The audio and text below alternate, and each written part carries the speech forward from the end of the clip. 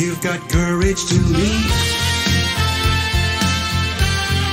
Courage to lead. Be brave and be bold. Whoa. Let it roar. Welcome to the Courage to Leap and Lead podcast, where each of our guests share the stories of courage that helped them become powerful leaders. Before we start today's show, please remember to visit courage-consulting.com, where you can find all the episodes and other excellent resources, all at courage-consulting.com. Now here's your host, leadership courage coach, C.B. Bowman. Hello, everybody. It's CB back with Jared Fishman. Right? I'm always nervous I'm going to get the last name wrong. You know, so far, so good. Okay. If you missed part one of this interview, please go back and listen to it because we're now doing part two. This man is so fascinating. And, you know, I just love talking to his brain. But we didn't have a chance to talk about what failures he's had amongst all of his great success and how he turned those failures into success. So this is what we're going to talk about for part two. Jared is also the author of Fire on the Levee, which is, I think I'm going to call it a drama mystery with the truth. Based on truth. It's about a man. Someone best described it as a social justice manifesto disguised as a true crime thriller. That's it. My hope is to bridge both worlds, is to take people who want to know more about law and order and crime in our communities, but also understand, hey, there's stuff we can all do collectively to make it better. Well, you know, they say that there's nothing stronger than real life when you watch these dramas on TV. I said, yeah, well, compared to real life, I guess that's, you know, the secret sauce behind the Law and Order series, right? Well, there was a show called Treme from David Simon, who is one of my favorite producers. He also made The Wire. And the show Treme in seasons 3 and 4 carries the early days of this investigation as one of its plot scenes.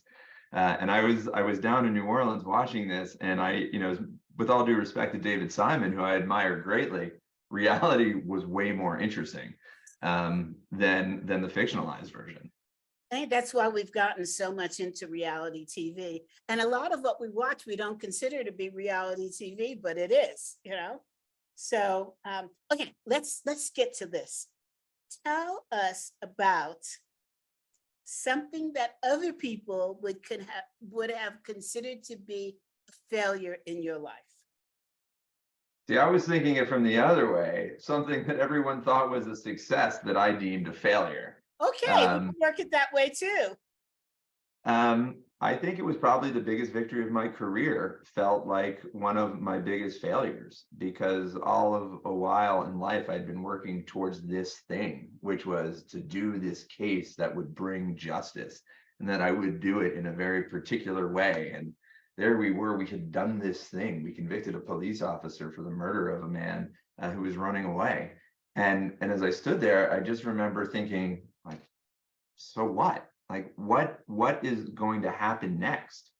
And it just felt like our system, it was the pinnacle for me of understanding how the system itself had failed. And I had been a part of that for so long. And now I wanted to do something different.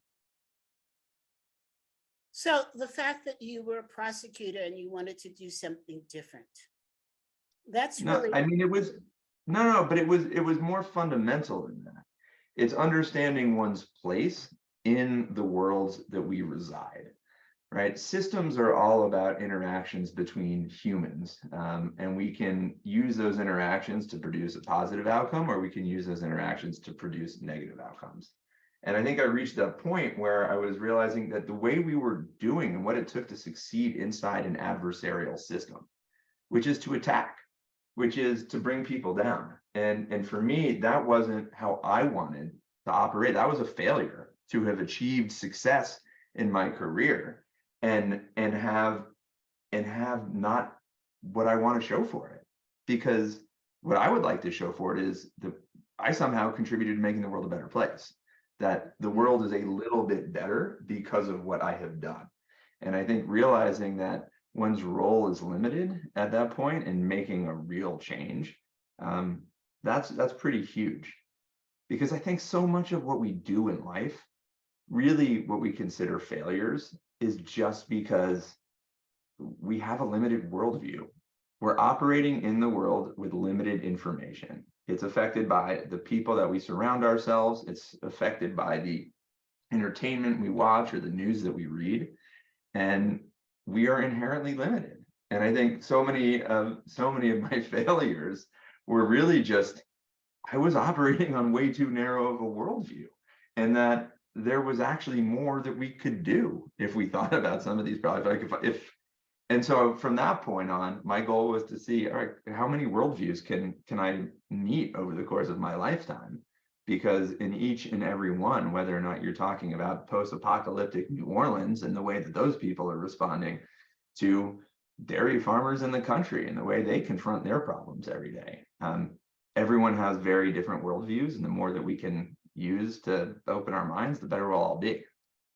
Well, it's an interesting dichotomy because to you, to reach success was to help society correct itself in a different way than you were doing before. But in both cases, both sides, you were still helping society correct itself, whether it's locking them up and putting them in jail or exposing what's wrong or trying to right side what is wrong. So in all cases, you're still helping society. I always want to get more. I think everyone wants a better return on investment, right? I mean, I think maybe it's reaching middle age and recognizing, there's only so much time left. I want to use that time wisely. You're still a babe in the woods, kiddo. I'm hanging in there. But I like the story because what it points out to people is having the courage to say, you know what, I'm doing what I want to do, but I'm not doing what I want to do. I'm successful in what I'm doing, but I want to be successful in doing something else. That takes. Well, I think, we've let other people set what that goal is, right? Oh, yes. Anyone who works in a corporation, there is a set part of a ladder that you are supposed to achieve if you are achieving success. Inside government, inside there's a set thing of things that you're supposed to achieve. I happen to be someone who achieved one of those things, and then you get to the top and you're like, you look up and you realize, oh no, there's still a lot more out there. And in fact, it's way, way worse than you thought. That's, I think, the world that we are operating in. And it takes people who want to take it on. I think we have to choose our own destinies. And that's a combination of what are the things that I'm good at? What are the things that I find interesting? What are the questions that I'm currently trying to solve?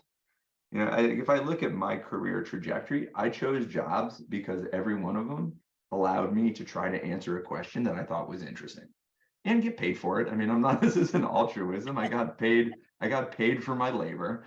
But the reality was every job I chose was trying to tackle a question that I thought would say something interesting about humanity at the end of the day. And when you do that and try to answer interesting questions, you're always going to have interesting work. And I think for so many people, it's trying to shape, for as kids, they always tell you, they always ask you, what do you want to be when you grow up? I realized at middle age that was the wrong question, and we shouldn't ask kids that question. The question that we should be asking them is, how do you want to be when you grow up? Because if you have an idea about the answer to that question, then you're going to make very different choices about how you pursue your career and your interests and your relationships. Yeah, I hear you. I know that when I started my career, I wanted to be creative. And so I started out as an interior designer. And then I said, not making enough money. No, don't have enough perks. So I went into corporate. corporate stunk. It was the worst years of my life. Although I was very, very successful. I won awards, it's all this and that. But I said, it's just not, it reminded me of a song by one by the name of Peggy Lee, which she said, "Is that all there is?" And I said, okay, what next? And then I decided to be a coach. And then I decided this. And then finally, I came to understand that it was not just coaching, it was helping people see what they don't see. I'm like, okay, how do you label that so that you can make money with it? I'm still trying to figure it out. Well, I mean, that's what we're doing. I mean, that's the heart of what we're doing, is helping decision makers inside the justice system see this problem that they are just not seeing. Yeah. One of the first intervention points, I was like, oh, we should be doing something right there. Like, why not doing something right there? That's like the obvious place. And they just didn't see it. And then as soon as they saw it, they're like, oh yeah, that was huge. Why weren't we doing that? But getting them to see it. I mean, my platform is courage. Well, why aren't our leaders more courageous? Why isn't our government more courageous in taking action that they know will support better growth in relationships and community? I think a big part of it is what's happened to our media in the last 15, 20 years. Tell me about it. Well, we don't have a shared sense of responsibility for our communities. We don't have a shared view of reality of what's happening. And we come after politicians and attack them as hard as we can. And sometimes they're fair and sometimes it's not, but it's destroying the nature of problem solving discourse in this country. And so what I think we need. It's not only destroying that, it's destroying the art of conversation.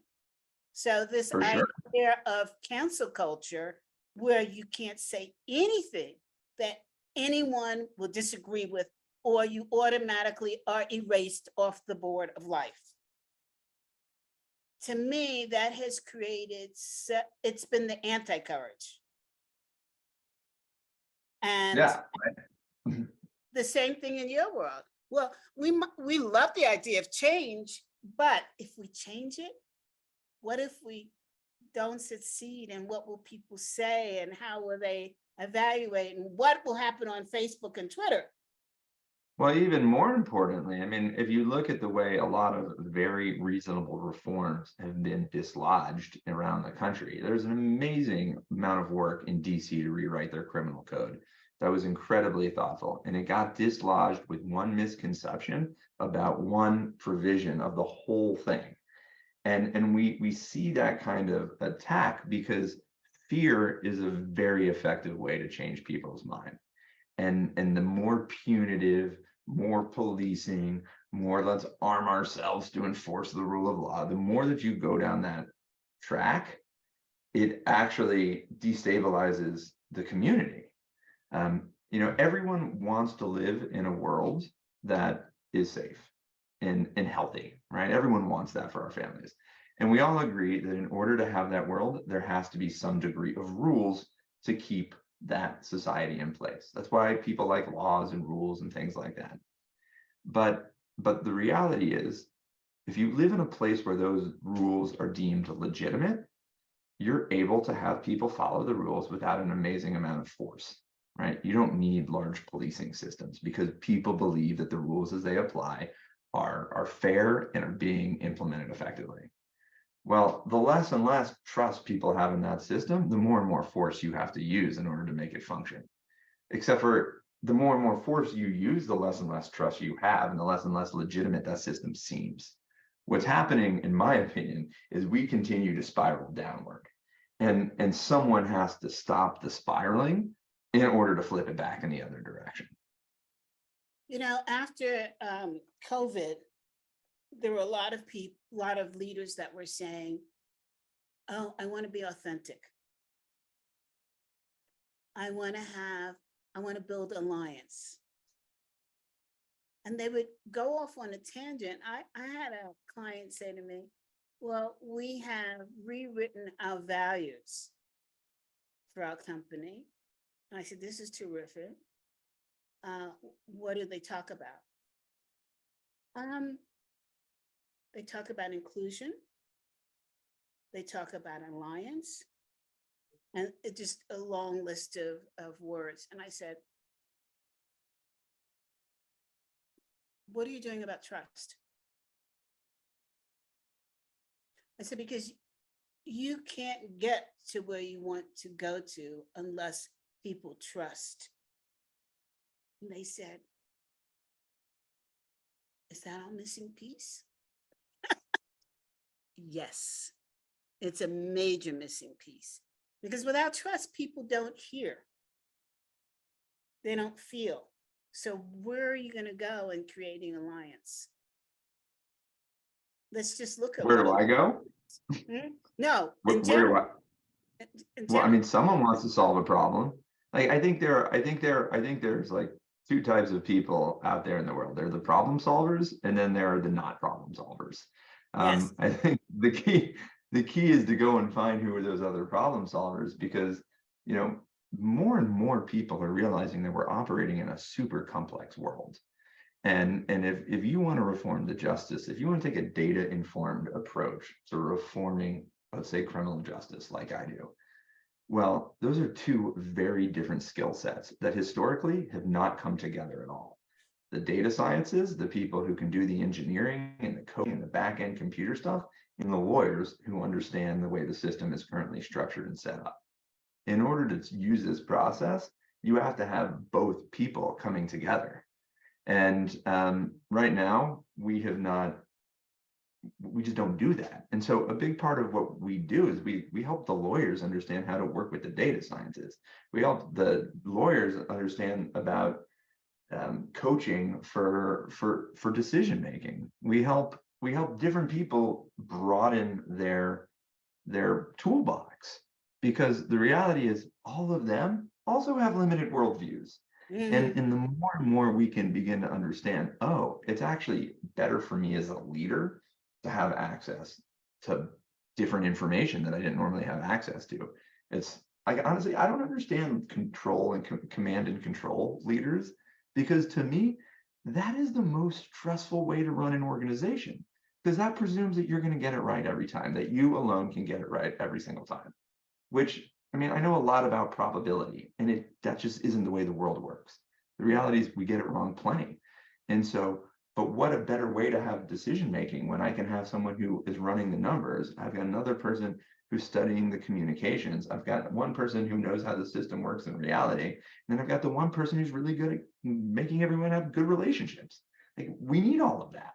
And the reality is it rarely resides in a singular person. And so if you can build a team that has that then acts with the trust that you need in order to make better decisions, that's how you begin to change an entire dysfunctional justice system.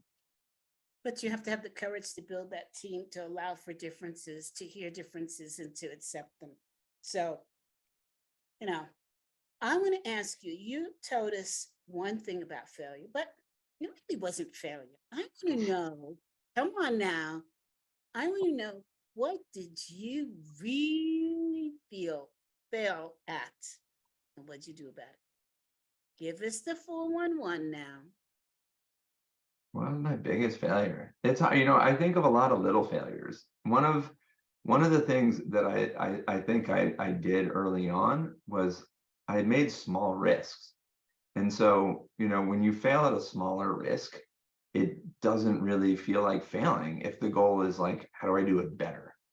I think earlier, I mean, I just think of just things that I got wrong, like got wrong about humanity and understanding how they functioned. Really like missing pieces of the puzzle that when you see and you're like, oh wow. But I don't know, like to me that's not failure. Okay, I don't look at them as that way. Okay, in your personal life, what have you failed at, Jared?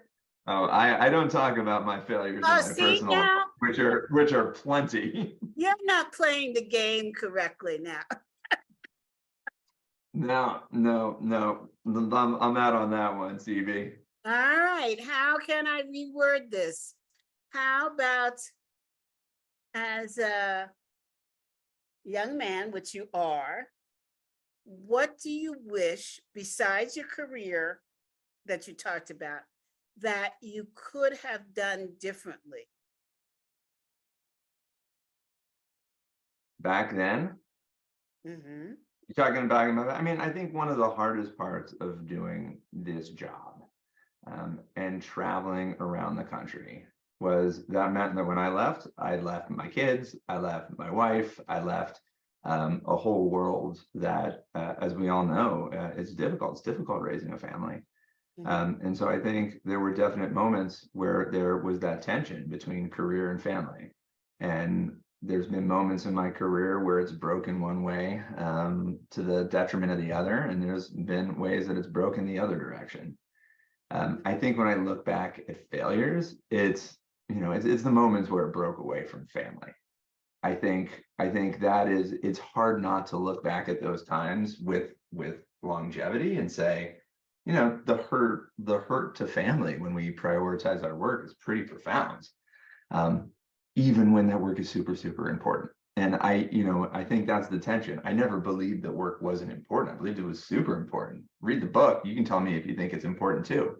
But that often comes at consequences to people we love. Now, is that a failure?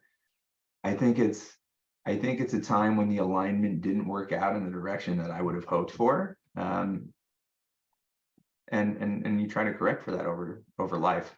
Yeah, that's exactly what we're talking about. So how do you recognize it's time to make a change or tweak? And then how do you go about doing that? I mean, for me, it was knowing, okay, I've been tackling this problem of the individual, and now I want to tackle the problem of the system. How do you do it? Right. Part of it was, oh, I had this particular solution that I thought could work, but good ideas are not sufficient, right? Like there's plenty of good ideas out there. In order to make something happen, you have to be able to pay for the idea. You have to be able to get people together to implement the idea. I mean, I think it takes courage But for yes, sure. but I'm talking about, like, for example, you mentioned something that a lot of people face, particularly men, and you've got to travel for your job to make a difference in the world. And it can affect your personal life, your marriage. How do you know? And I think this is so important for men because they keep things inside. How do you know, to quote Simon and Garfunkel, you're on troubled waters? Do you just wake up one day and say, oh, I had an aha moment. I need to fix this. Or Yeah, I mean, I think there are moments. I think there's always a learning moment. Something big happens in one's life that you're forced to deal with.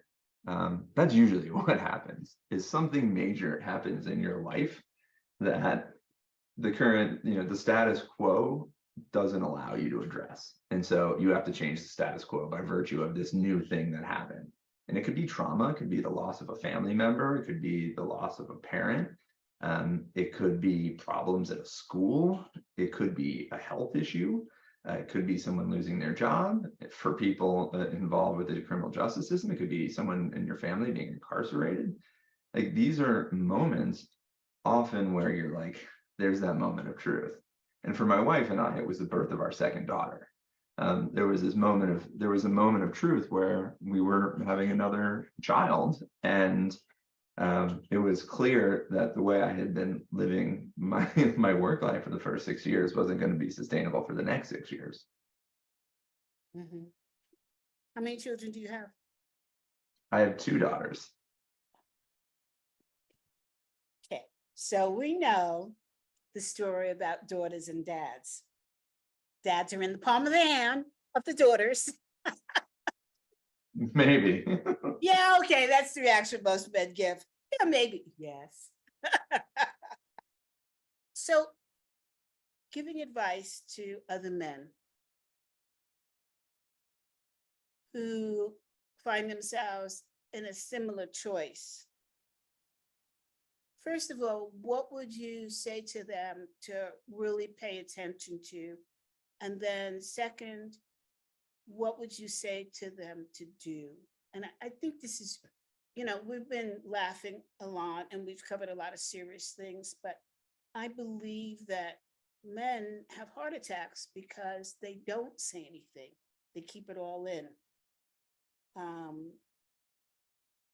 They don't have buddies that they talk to about things like this. They talk about the news, the abs, the this, the that, playing this and that. What advice would you give men to speak up, to stay alert, and the freedom to change? I mean, for me, I think about my relationship with my daughters and what metric one wants to use as to whether or not you're successful. When I was writing the book and I got to the end and I was writing my acknowledgments, I wanted to write to my parents. My mom had passed away many years before. My dad was still alive at the time. And I realized the thing that I most wanted to thank them for was that I never doubted that I was loved. And I think, when I think of what it takes to be successful in the world, like if you like Maslow and his hierarchy of needs, and we've got these basic physiological, and then we've got things like safety and security, but the next level up is love and belonging. And what I see so much in the world is that the reason people are struggling is that they're missing the love and the belonging. Like they may have their basic needs met, they may have a ton of money, but I often see there's a lot of missing of that love and belonging. And I see a lot of people out in the workforce. The people I know who are successful feel loved. There is no doubt about it. And I think in my mind, like I want my kids to grow up knowing that. And so every day when I drop them off at school, I let them know, don't forget that you're loved and you deserve that. I think as parents, if our kids come out of our lives feeling loved, then that's a big win. Everything else I think is secondary. You're going to make me cry. I mean, that was so beautifully said. And I love that you say that to your children, because a lot of men think, well, you know that. I don't have to tell you. Growing up as a woman, I could tell you that is the most important thing for you to say to your daughters and to the men, to the guys. Because we know our fathers are tough, but we also need to know that they're soft in the right spots. So thank you for saying that. Really appreciate that. So guys, before I tear up, we have to end. Jared, it's been such a pleasure talking to you. I really appreciate your honesty, your trust in me interviewing you. And I really appreciate your book. And I suggest that everybody gets a copy of it and reads it. Let's support Jared in really trying to make a change in our justice system. And give us the name of your organization again. My organization is, sorry fans, that's my next meeting. Justice Innovation Lab, www.justiceinnovationlab.org. Thank you. And can everyday people be part of it? Yeah, I mean, anyone can donate through our website. We're still growing in a way that trying to figure out how to involve different parts of the community. In the past, we've had people who are leadership coaches volunteer to help provide leadership support, not only to the people we're working with, but also members of the community. So there's potentially ways. We're always looking to find people who want to support the mission. We find skill sets where they exist, and then we try to figure out how we can use it to make the world a little bit better. Jared, will you send me a note on that? Because part of the certification that we do for corporate executive coaches includes volunteerism as all right. Well, you credit. And I'd love to share that with our members. All right. Sounds great. Thank you. Bye. Take care. Bye. Bye, everybody. Don't forget, Tuesdays is the day where you have a lot of love and learning from Courage to Leap and Lead, the podcast. Bye now.